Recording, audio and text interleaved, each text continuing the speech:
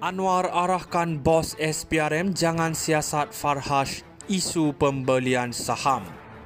Perdana Menteri Anwar Ibrahim kali ini berhadapan dengan kontroversi yang membara apabila dilaporkan mengarahkan Ketua Pesuruhjaya SPRM, Azam Baki untuk tidak menyiasat bekas setiausaha politiknya, Farhash Wafa Salvador, berhubung pembelian saham dalam syarikat high-tech Padu Berhad. Ini adalah sebuah syarikat yang terlibat dalam projek pembangunan sistem imigresen baru bernilai 1 bilion ringgit.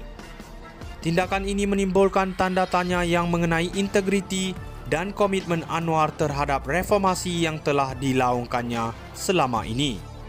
Azam Baki dilaporkan memberitahu pegawainya bahawa siasatan terhadap pemimpin pembangkang termasuk Dr. Mahathir Mohamad dan Daim Zainuddin telah dilaksanakan atas arahan Anwar.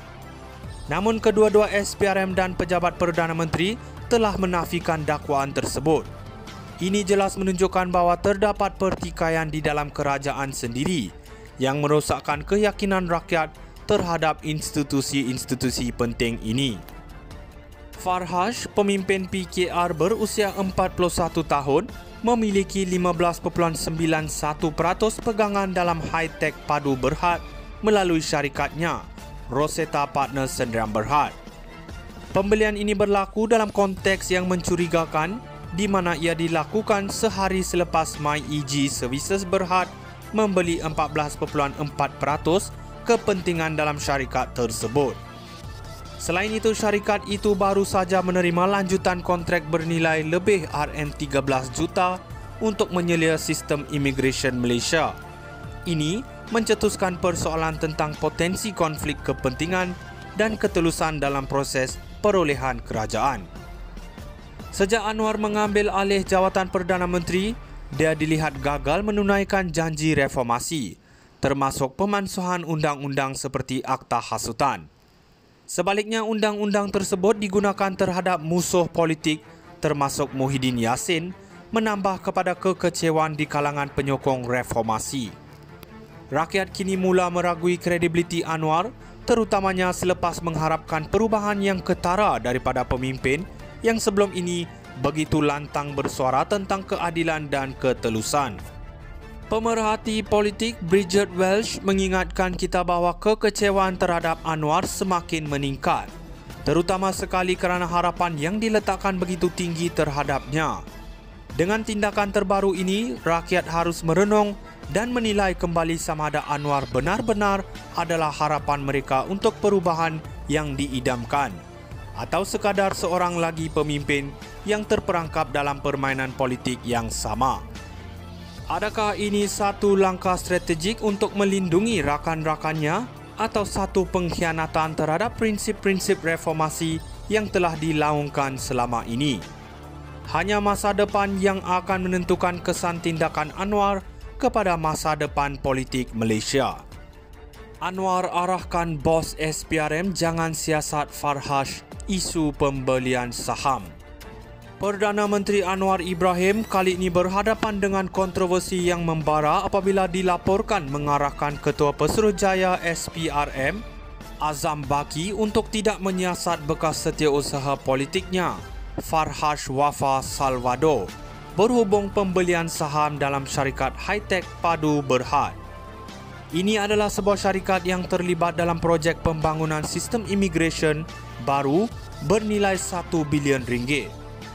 Tindakan ini menimbulkan tanda tanya yang mengenai integriti dan komitmen Anwar terhadap reformasi yang telah dilaungkannya selama ini. Azam Baki dilaporkan memberitahu pegawainya bahawa siasatan terhadap pemimpin pembangkang termasuk Dr. Mahathir Mohamad dan Daim Zainuddin telah dilaksanakan atas arahan Anwar. Namun kedua-dua SPRM dan pejabat Perdana Menteri telah menafikan dakwaan tersebut. Ini jelas menunjukkan bahawa terdapat pertikaian di dalam kerajaan sendiri yang merosakkan keyakinan rakyat terhadap institusi-institusi penting ini. Farhash, pemimpin PKR berusia 41 tahun, memiliki 15.91% pegangan dalam high-tech Padu Berhad melalui syarikatnya, Rosetta Partners Sdn Berhad.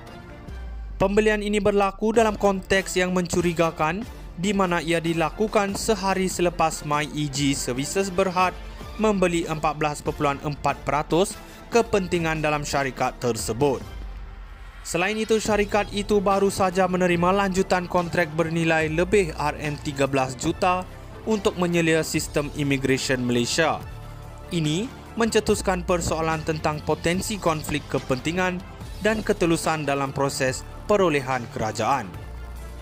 Sejak Anwar mengambil alih jawatan Perdana Menteri, dia dilihat gagal menunaikan janji reformasi, termasuk pemansuhan undang-undang seperti Akta Hasutan.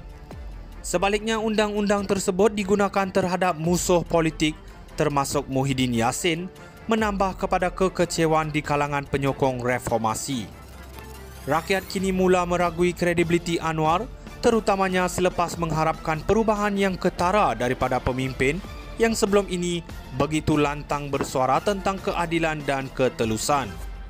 Pemerhati politik Bridget Welsh mengingatkan kita bahawa kekecewaan terhadap Anwar semakin meningkat, terutama sekali kerana harapan yang diletakkan begitu tinggi terhadapnya.